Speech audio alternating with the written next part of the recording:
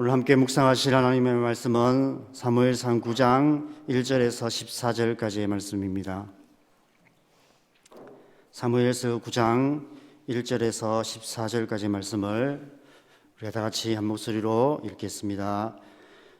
베냐민 지파에 기스라 이름하는 유력한 사람이 있으니 그는 아비엘의 아들이요 스롤의 손자요 베고라스의 증손이요 아비야의 현손이며 베냐민 사람이더라.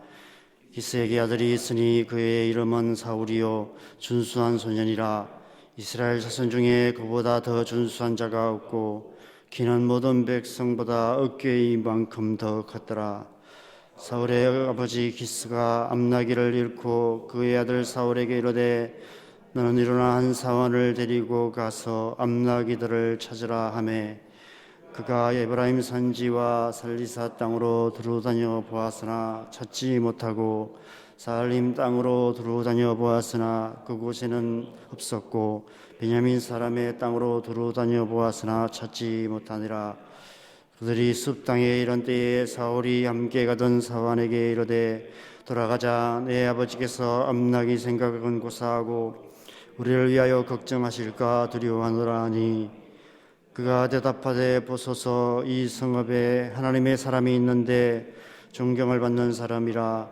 그가 말한 것은 반드시 다 응하나니 그리로 가사이다. 그가 혹 우리가 갈 길을 가르쳐 줄까 하나이다 하는지라. 사울이 그의 사환에게 이르되 우리가 가면 그 사람에게 무엇을 드리겠느냐. 우리 주머니에 먹을 것이 다하였으니 하나님의 사람에게 드릴 예물이 없도다. 무엇이 있느냐 하니 사원이 사울에게 다시 대답하여 이르되 보소서 내 손에 산세겔의 4분의 1이 있으니 하나님의 사람에게 드려 우리 길을 가르쳐달라 하겠나이다 하더라. 옛적 이스라엘의 사람이 하나님께 가서 물으려 하면 말하기를 선견자에게로 가자 하였으니 지금 선지자라 하는 자를 옛적에는 선견자라 일컬었더라. 사울이 그의 사환에게 이르되 내 말이 옳다 가자 하고 그들이 하나님의 사람이 있는 성읍으로 가니라. 그들이 성읍을 향한 비탈길로 올라가다가 물을 기르러 나오는 소녀들을 만나 그들에게 묻되 선견자가 여기 있느냐 하니 그들이 대답하여 이르되 있나이다. 보소서 그가 당신보다 앞서 갔으니 빨리 가소서. 백성이 오늘 산당에서 제사를 드리므로 그가 오늘 성읍에 들어오셨나이다.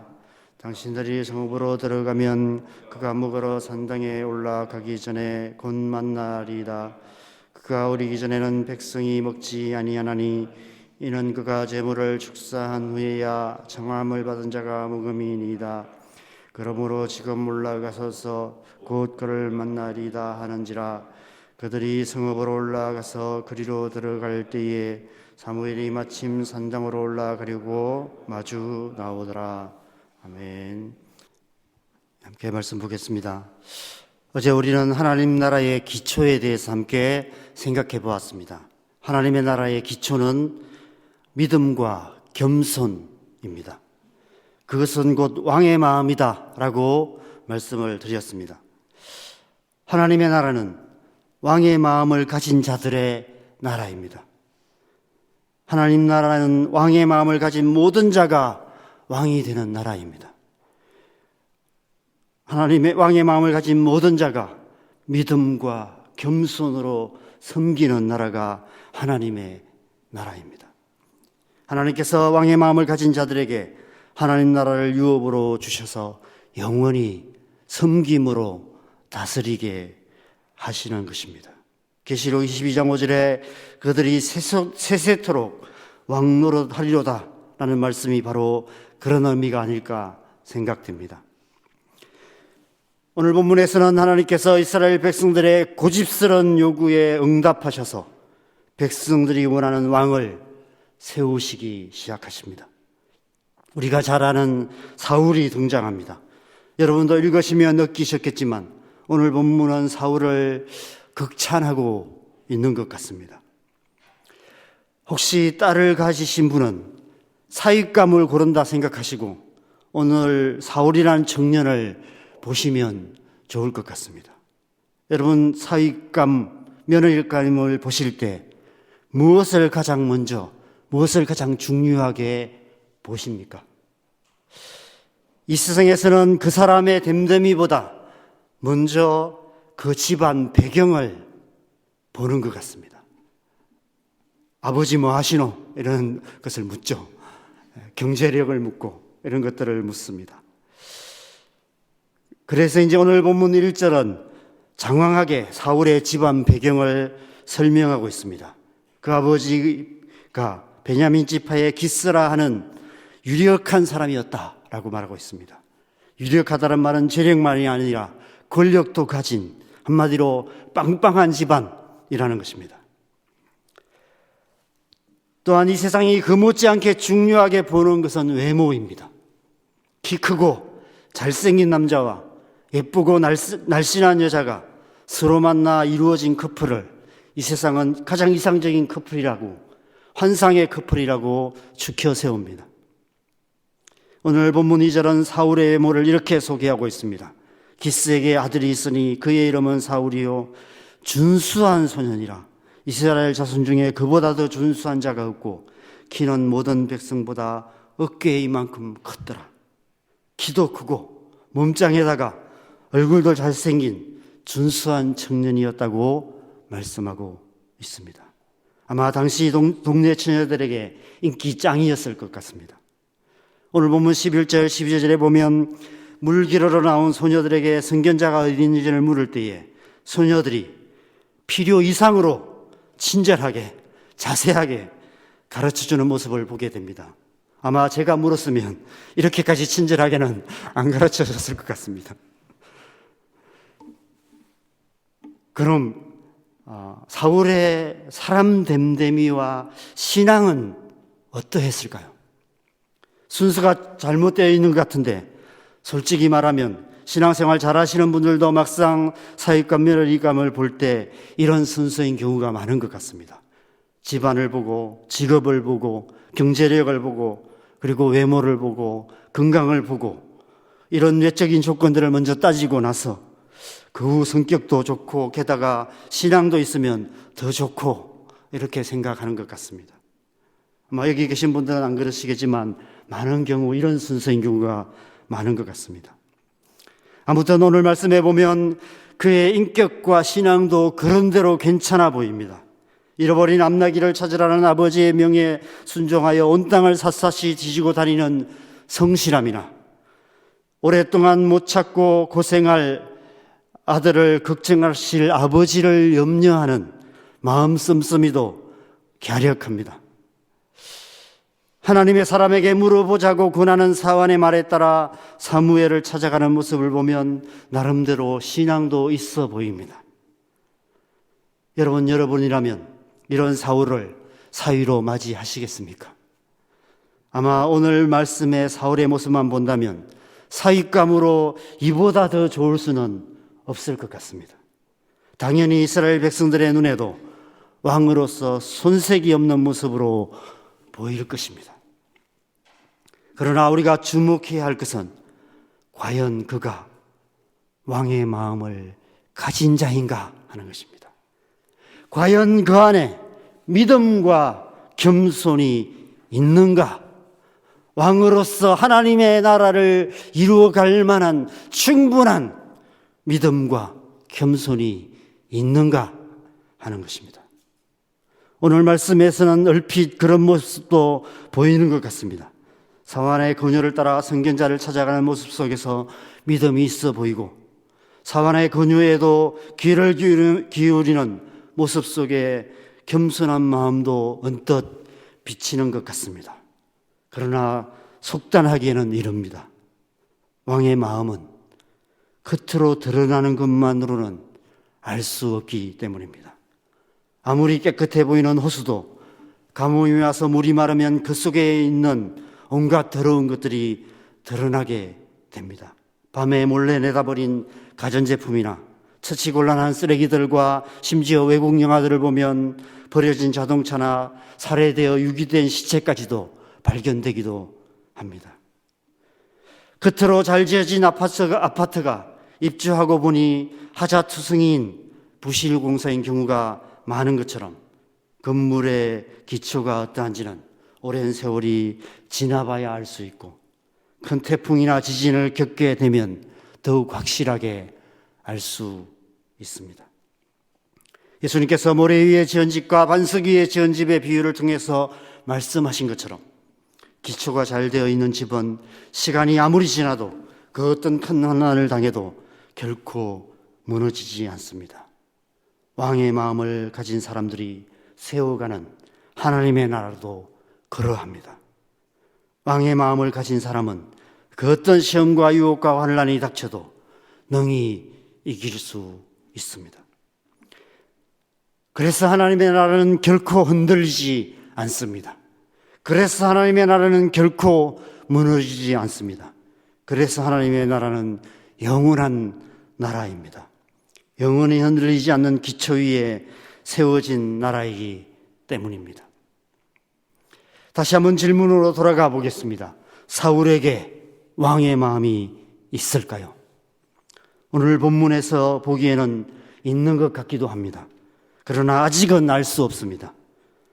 하나님은 이미 아시겠지만 우리는 아직 알 수 없습니다. 좀 더 지켜봐야 합니다. 삶에서 누구나 반드시 겪게 되는 여러 가지 시험과 유혹과 환난에 어떻게 반응하는가를 봐야만 합니다. 앞으로 성경 몇 장만 넘기면 곧 알게 될 것입니다. 그것은 우리 또한 마찬가지입니다. 지금 우리의 신앙이 나름 괜찮은 신앙이라고 서로 스스로 자부할 수 있을지도 모릅니다. 이렇게 새벽 기도까지 나오는데 이 정도면 괜찮은 신앙 아니냐고 생각할 수 있습니다. 우리 남성교회에 대해서도 나름 좋은 교회라는 자부심을 가지고 계실 것입니다. 그러나 정말 그럴까요? 정말 그런지 아닌지는 지난 수요 예배에서 목사님께서 말씀하신 것처럼 초대교회 때 네로 황제 시대의 박해와 같은 고난을 당해보면 알 수 있습니다. 십자가 앞에 서보면 알 수 있습니다. 십자가 앞에 서보면 비로소 우리의 중심이 어떠한지 분명하게 드러나게 됩니다. 베드로와 제자들처럼 십자가 앞에서 그렇지 못한 우리의 중심을 보며 새벽닭처럼 슬피 울게 될지도 모릅니다. 과연 우리는 끝까지 우리의 믿음을 지켜낼 수 있을까요? 과연 우리는 생명을 걸고 끝까지 예수 그리스도를 주라 고백할 수 있을까요? 예수님께서 광야에서 40일을 금식하신 후에 그 극한 상황에서도 마귀의 세 가지 시험을 이기셨는데 과연 우리는 그런 상황에서 예수님처럼 모든 시험을 이기고 믿음 위에 굳게 설 수 있을까요? 저는 그럴 수 있을 거라 믿습니다. 왜냐하면 우리 안에 하나님의 영이 계시기 때문입니다. 우리 안에 계신 성령께서 우리 안에 역사하고 계시기 때문입니다. 날마다 우리의 마음을 새롭게 변화시켜 우리를 왕의 마음을 가진 자로 만들어가고 계시기 때문입니다. 그래서 우리는 교회 공동체 안에서 그리고 성령 안에서 날마다 자라가야만 하는 것입니다. 날마다 마음을 새롭게 함으로 변화를 받아 하나님의 선하시고 기뻐하시고 온전하신 뜻을 분별할 수 있는 왕의 마음을 가진 사람으로 성장하고 성숙해 가야만 하는 것입니다. 사랑하는 여러분, 여러분은 지금 성장하고 계십니까? 날마다 그리스도의 장성한 분량까지 자라가고 계십니까? 교회 공동체 안에서 영적 아버지, 영적 어머니로 성숙한 신앙으로 자라가고 계십니까? 오늘 사울의 모습은 인간적인 관점에서 나름 괜찮습니다. 준수합니다. 그러나 아직은 모릅니다. 아직은 자기 자신조차도 자기 안에 어떤 마음이 있는지 모릅니다. 그 진정한 중심은 그 속을 완전히 뒤집어 엎는 그런 일들을 당하게 될 때 밝히 드러나게 되는 것입니다. 혹시 여러분은 지금 현재의 여러분의 사울의 모습을 보며 흡족해하고 계시지는 않습니까? 그럴듯해 보이는 현재의 신앙에 안주하여 계시지는 않으십니까? 객관적이고 상대적으로 나름 준수한 신앙이라는 자기 만족에 취해 계시지는 않으십니까? 더 깊은 곳으로 나아가야만 합니다. 십자가까지 나아가야만 합니다. 날마다 우리의 자아를 십자가에 못 박고 우리 안에 예수 그리스도의 성품이 다시 살아나는 날마다 죽고 날마다 부활하는 삶을 살아가야 합니다. 그렇게 날마다 십자가를 통과해야만 우리 안에 왕의 마음이 깊이 뿌리 내리고 자라고 열매 맺을 수 있는 것입니다. 오늘날 우리 사는 이 세상은 사울의 세상입니다. 사울 같은 탁월함을 추구하고 사울 같은 사람들이 인정받고 사울 같은 사람들이 칭송받는 사람입니다. 부모 찬스를 쓰서라도 남다른 스펙을 쌓은 자들이 앞자리, 좋은 자리를 차지하고 떵떵거리고 살아가는 그런 세상입니다. 이러한 세상에서 우리의 자녀들이 자기 자리를 찾기 위해 발버둥 치다가 낙심하고 좌절하고 절망하고 있습니다. 그러나 하나님이 찾으시는 사람은 사울 같은 사람이 아닙니다. 하나님이 쓰시는 사람은 남다른 스펙을 자랑하는 그런 사람이 아닙니다. 하나님은 그 중심에 왕의 마음을 가진 사람을 찾고 계십니다. 이 세상의 기준으로는 별 볼 일 없는 사람일지라도 그가 누구이든 왕의 마음을 가진 자는 하나님이 쓰시고 그러한 사람을 통해서 하나님의 나라를 이루어 가십니다. 이 세상은 사울 같은 스펙을 가진 자들이 잠시 동안 한 자리 차지하고 큰 소리 치다가 사라지고 마는 세상이지만 하나님의 나라는 왕의 마음을 가진 자들이 그 나라를 영원한 유업으로 받아 세세토록 왕노릇하는 영원한 나라인 것입니다. 고린도전서 1장 26절에서 29절 말씀을 기억하시기 바랍니다. 형제들아 너희를 부르심을 보라. 육체를 따라 지혜로운 자가 많지 아니하며 능한 자가 많지 아니하며 문벌 좋은 자가 많지 아니하도다. 그러나 하나님께서 세상에 미련한 것들을 택하사 지혜 있는 자들을 부끄럽게 하려 하시고 세상에 약한 것들을 택하사 강한 것들을 부끄럽게 하려 하시며 하나님께서 세상에 천한 것들과 멸시받는 것들과 없는 것들을 택하사 있는 것들을 폐하려 하시나니 이는 아무 육체도 하나님 앞에서 자랑하지 못하게 하려 하심이라. 혹시라도 여러분의 자녀들의 현재의 모습에 흡족해하며 자랑스러워하고 계십니까? 참 감사한 일입니다. 그러나 아직은 모릅니다. 먼저 된 자가 나중되고 나중된 자가 먼저 되는 곳이 하나님 나라이기 때문에 그렇습니다. 군대에 가서 적응하기 힘들어하는 자녀들 때문에 걱정하며 기도하시는 분들이 많이 계십니다. 직장 생활에 적응하지 못하고 있는 자녀들 때문에 애타고 계시는 분들도 계실 것입니다. 혹시라도 여러분 가운데 자녀들의 현재의 연약한 모습을 보면서 낙심하고 계시는 분이 안 계십니까? 참 안타까운 마음입니다. 저도 저의 자녀들을 보면 가끔 참 낙심될 때가 있습니다. 그러나 아직은 모릅니다.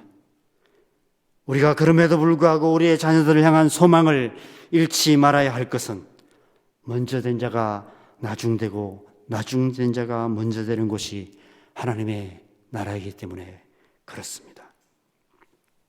다윗의 아버지 이새는 다윗이 왕이 될 거라고는 꿈에도 생각하지 못했을 것입니다. 그래서 사무엘이 찾아온 자리에 다윗은 부르짖조차 않았습니다.